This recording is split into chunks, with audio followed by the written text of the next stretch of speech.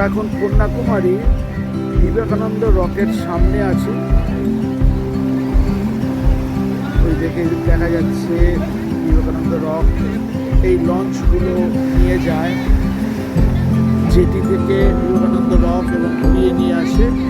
Normal ticket 100 টাকা, আর special ticket মানে line কম দিয়ে ওঠা ভিআইপি বলতে গেলে সেগুলো হচ্ছে 300 টাকা। ওখানে একটা গ্লাস ব্রিজ আছে, যে ব্রিজের মধ্যে দিয়ে সব কিছু জলের উপর দিয়ে যাওয়া যায়। ওয়েট